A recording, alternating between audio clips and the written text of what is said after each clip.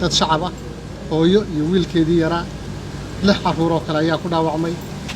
guryo badan ilaa 8-9 guryo baa ku burburay oo lagu dumiyay hantidii shirkadihii telecommunicationka ee ceel waaqi eriyadaas mar kale haddana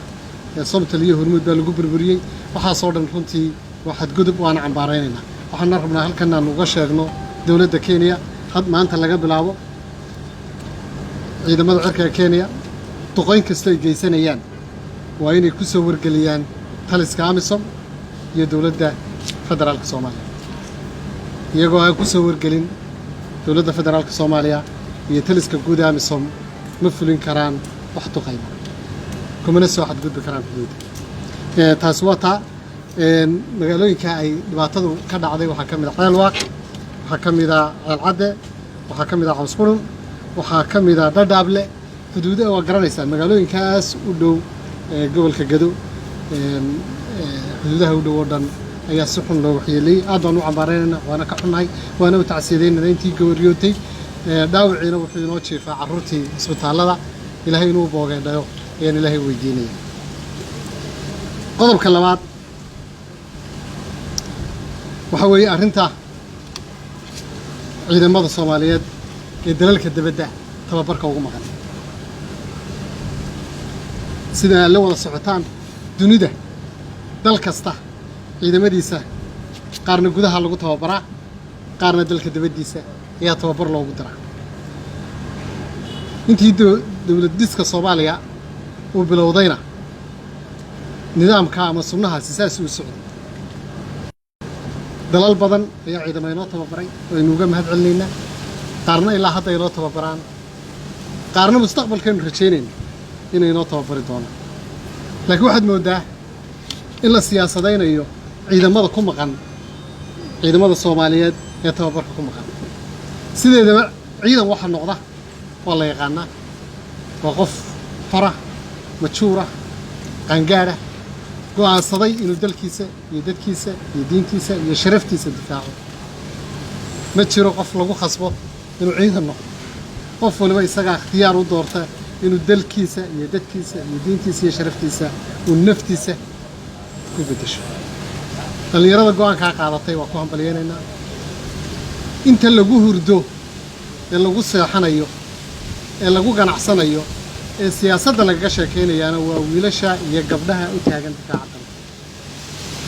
kuwa tababarka ku maqanina kuwaas ayuun bay leeyihiin arrinta lagu soo celcelinayo Eritrea horeba waa u sheegnay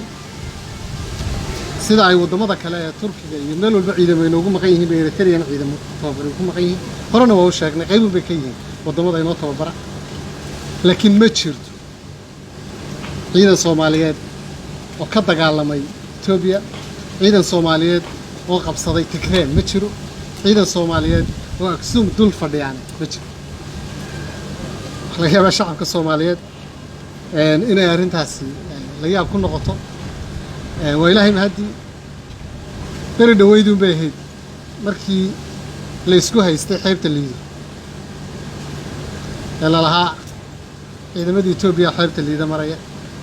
maanta waxaan dafiraynaa in ciidamada Soomaaliya aanay Tigray qabsan ma jirto ciidamada Ethiopia waa ku filan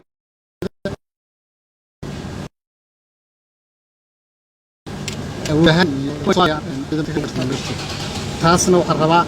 inaan arrintaas si fiican uga hadlo wamaaha markii koowaad aynu warkaa maqalay oo markii 9aad oo markii 10aad markastana waxay noqotaa waxba kama jiraan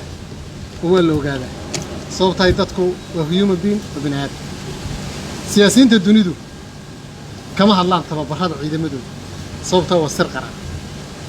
nooca loo tababarayo inta loo tababarayo qaabka loo tababarayo waxay ku jirtaa xogta dalka ee lama taabtaanka laakiin siyaasiyiinteenu waxaad moodaa inay ajenda doorasho ka dhigteen campaign doorasho ka dhigteen ay ku soo celcelinayaan sacabka wala wuxuu arkay wala habeenkii sacab tumaysa markaa wuxuu yiri sacabka maxaa habeenkii loo tumaa hadaan xeeladi ku jirin arrimaha dhacaya carruurta la leynayo xadgudubyada Kenya weli ma aragtaan hal siyaasi oo ka hadlay hal siyaasi oo leh waxay u dhimanayaan carruurta maxaa loo dhaawacaya maxaa loo duqeynaya maxaa loo burburinaya hormuud laga rabaa maalin walba maxaa sababta loo ma jiro ciidan dalkoodii u maqan oo dadkoodii u maqan